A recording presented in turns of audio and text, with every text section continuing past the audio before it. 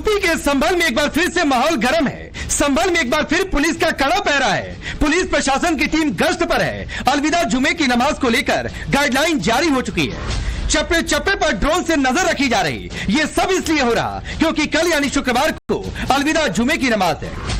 एक और प्रशासन ने सड़कों पर नमाज नहीं पढ़ने का आदेश जारी किया है। घर की छतों पर भी नमाज पढ़ने की मनाही है। पुलिस प्रशासन चाहता है शांतिपूर्ण तरीके से नमाज अदा की जाए। बाकायदा इसके लिए सरकार ने बैठक भी बुलाई। बात की गई थी कि आप जो सड़क पर नमाज नहीं पढ़ना है, तो ये पहले से भी पिछले बार से बहुत पहले से लागू है। लेकिन इस बीच नमाज को लेकर सियासी घमासान तेज हो गया है। 24 नवंबर को हुए दंगे को लेकर मुश्किलों में घिरे समाजवादी पार्टी के सांसद जियाउर रहमान बर्क एक बार फिर से मुसलमानों को भड़काने और उकसाने पर उतारू हैं। बर्क साहब प्रशासन के इस फैसले पर आग बबूला है। सीधे सीधे मुसलमानों के मजहबी आजादी छीनने का आरोप लगा रहे। सड़कों पे जो नमाज पढ़ने के लिए पाबंदी लगाई गई थी, पहले तो हमें उस पर ही एतराज था, क्योंकि जब सभी संप्रदाय के जुलूस या निकलते हैं सड़कों पर घंटों घंटों के लिए, तो उसमें रुकावट नहीं होती। तो चंद 10 मिनट की नमाज पढ़ने से क्या किसी को कोई परेशानी है। और फिर अफसोस इस बात का है कि अब छतों के ऊपर, छत किसकी प्रॉपर्टी है? छत हमारा किसी का घर है, छत है, तो उसे रोकने का क्या मतलब बनता है? ये तो हमारे अधिकारों का उल्लंघन है। हम अपनी छत पे अगर कोई नमाज अदा कर रहा है तो उसे रोकने का कोई मतलब, कोई औचित्य नहीं बनता। और इस चीज़ के लिए अगर ये करते हैं तो यकीनन हम मशवरा कर करके मैं अपने वकील से मैं कोर्ट भी का दरवाजा खटखटाऊंगा। छत कोई सरकारी जगह नहीं है, ग्राम समाज नगर पालिका की नहीं है, एक व्यक्ति की विशेष जगह है। तो अपने घर पर भी अगर इबादत नहीं करेगा तो फिर वो कहाँ इबादत करने जाएगा? इस टाइप की पाबंदियां लगाना, जो हमारे संविधान ने हमें अधिकार दिया है, हमारी जो आज़ादी है, हमारी जो मजहबी आज़ादी है, उसको छीनने का काम हो रहा है। सड़कों पर नमाज नहीं पढ़ने की मनाही यूपी में पहले से है। बात संभल के घरों की छतों पर नमाज पढ़ने की रोक की करें तो इसके लिए पुलिस प्रशासन का कहना है मस्जिद के आसपास के घरों की छत जर्जर है और अगर ज्यादा संख्या में लोग छतों पर चढ़ गए तो हादसा हो सकता है। पुलिस ने घरों के हालात को देखते हुए यह फैसला लिया। ने स्पष्ट किया कि हम किसी तरीके से भी ये आसपास का जो इलाका है यहाँ पर नमाज पढ़ने की इजाज़त नहीं देंगे। और इसकी बड़ी जो वजह है वो यहाँ के जर्जर जो कंस्ट्रक्शन है उनके हालात को लेकर है। और अगर आप देखें तो तस्वीरें इधर जो आसपास के मकान हैं, क्या वो वाकई में इस हालात में हैं? उनकी मजबूती इस तरह की है कि उन पर नमाज पढ़ा जा सके। लेकिन पुलिस का कहना है कि आम दिनों में लोग अपने घरों में घर के सदस्य ही मौजूद होते हैं, लेकिन जब यहाँ पर ज़्यादा संख्या में नमाजी आएंगे तो जाहिर तौर पर भीड़ इतनी ज़्यादा होगी कि वो इस तरह की भार क्षमता को सहन नहीं कर सकेंगे। और ऐसे में प्रशासन ने स्पष्ट कर दिया कि इन जर्जर घरों की और पुराने घरों की छतों पर नमाज पढ़ने की इजाज़त वो जो है वो बिल्कुल नहीं दी जाएगी, ताकि लोगों की जान माल का खतरा ना हो सके। लेकिन समाजवादी पार्टी के सांसद बर्क साहब को यह बात समझ में नहीं आ रही। क्या इसके पीछे मकसद एक ही है, मुसलमानों को भड़काओ और सियासत चमकाओ?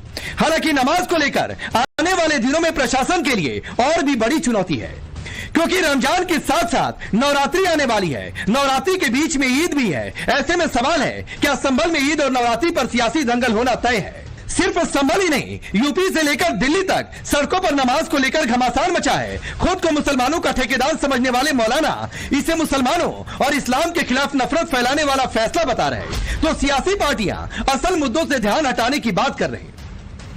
देश के अंदर नफरती बयानों की एक ऐसी बाढ़ सी आ गई है। हर कोई आदमी इस्लाम और मुसलमान के खिलाफ, नमाज के खिलाफ बयान देकर रातों रात हिट होना चाहता है। सड़कों पर जगराते होते हैं, सड़कों पर कावड़ यात्रा निकलती है, सड़कों पर सारे जलसे जुलूस होते हैं जो हिंदू त्योहारों के जलसे जुलूस हैं। मुसलमान तो कोई मना नहीं करता, मुसलमान तो कोई उनके खिलाफ नहीं बोलता। साल में एक बार ईद आती है, उस पर भी ये दिक्कत। क्यों देश में आग लगाना चाहते हो? ये सब नफरती लोग हैं, बड़बोले लोग हैं, हिट होना चाहते हैं, मीडिया में आना चाहते हैं। देखिए, नवरात्रि और रमजान एक साथ पहली बार देश में नहीं आया है। ये केवल इश्यूज को डाइवर्ट करने का एक तरीका है कि आम जनता के जो मुद्दे हैं, महंगाई है, बेरोजगारी है, विकास है, इन सारे मुद्दों से ध्यान भटकाने के लिए ये शासन के द्वारा बुलवाया जाता है अधिकारियों से। अधिकारी अपने मन से नहीं बोलते। मौलाना भड़का रहे, सियासतदान सियासत चमका रहे, लेकिन आम मुसलमान सड़क पर नमाज को लेकर क्या कह रहे हैं वो भी आपको सुनना चाहिए। कि वो तो प्रशासन का काम है, सहूलत देना, सड़क पे होगी तो दुश्वारी आएगी। आपकी मस्जिदों में पढ़े आराम से कि अगर इंशाअल्लाह नमाज होएगी तो वो होएगी, ना हम रोक सकते ना कोई रोक सकता है, नमाज को कोई नहीं रोक सकता। लेकिन जैसे प्रशासन कह रहा है तो फिर उस वक्त क्या? अब प्रशासन से क्या बताए, अब जैसा वो कहेंगे जैसा करेंगे वैसा होगा, वरना फिर रोड पे भी होएगी, मस्जिद में भी होएगी। अब तो वैसे भी हर मस्जिदों में 2-2 जमातें होने लगी ईद की, तो अब तो वो चीज खत्म हो गई कि सड़क पे लोग नमाज पढ़े। अब तो ज्यादातर लोग मस्जिदों में ही पढ़ रहे हैं। अब लेकिन जो पढ़ रहा है वो चीज गलत है, क्योंकि सड़क पे नमाज पढ़ने से आने जाने वाले लोगों को परेशानी होती है, और उससे ये भी होता है कि भाई मुस्लिम भाई हैं अपना बाहर पढ़ रहे हैं, इससे रास्ता जाम हो रहा है। अब सवाल है, क्या भाईजान प्रशासन का फैसला, लेकिन समाजवादी पार्टी के सांसद बरकर साहब को यह बात समझ में नहीं आ रही। क्या इसके पीछे मकसद एक ही है, मुसलमानों को भड़काओ और सियासत चमकाओ।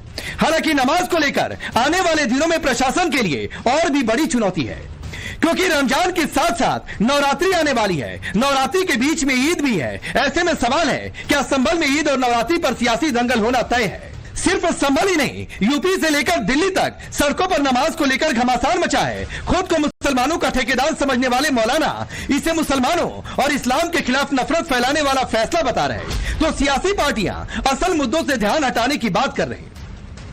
देश के अंदर नफरती बयानों की एक ऐसी बाढ़ सी आ गई है, हर कोई आदमी इस्लाम और मुसलमान के खिलाफ, नमाज के खिलाफ बयान देकर रातों रात हिट होना चाहता है। सड़कों पर जगराते होते हैं, सड़कों पर कावड़ यात्रा निकलती है, सड़कों पर सारे जलसे जुलूस होते हैं जो हिंदू त्योहारों के जलसे जुलूस हैं। मुसलमान तो कोई मना नहीं करता, मुसलमान तो कोई उनके खिलाफ नहीं बोलता। साल में एक बार ईद आती है, उस पर भी ये दिक्कत। क्यों देश में आग लगाना चाहते हो? ये सब नफरती लोग हैं, बड़बोले लोग हैं, हिट होना चाहते हैं, मीडिया में आना चाहते हैं। देखिए, नवरात्रि और रमजान एक साथ पहली बार देश में नहीं आया है।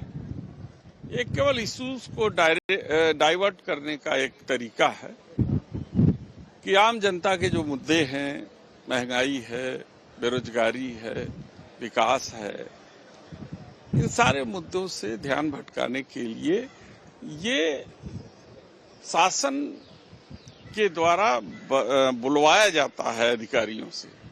अधिकारी अपने मन से नहीं बोलते। मौलाना भड़का रहे, सियासतदान सियासत चमका रहे, लेकिन आम मुसलमान सड़क पर नमाज को लेकर क्या कह रहे हैं वो भी आपको सुनना चाहिए। अब सवाल है, क्या भाईजान प्रशासन का फैसला मानेंगे या फिर मनवाना पड़ेगा? सवाल यह भी है कि सड़क पर नमाज पढ़ने को लेकर सीएम योगी नहीं राजी तो आगे नमाजी क्या करेंगे? सबसे बड़ा सवाल कि क्या सपा के सांसद बरकर नमाज के बहाने मुसलमानों को भड़काने, उकसाने और सियासत चमकाने का काम कर रहे हैं। Bureau report, times now Bharat.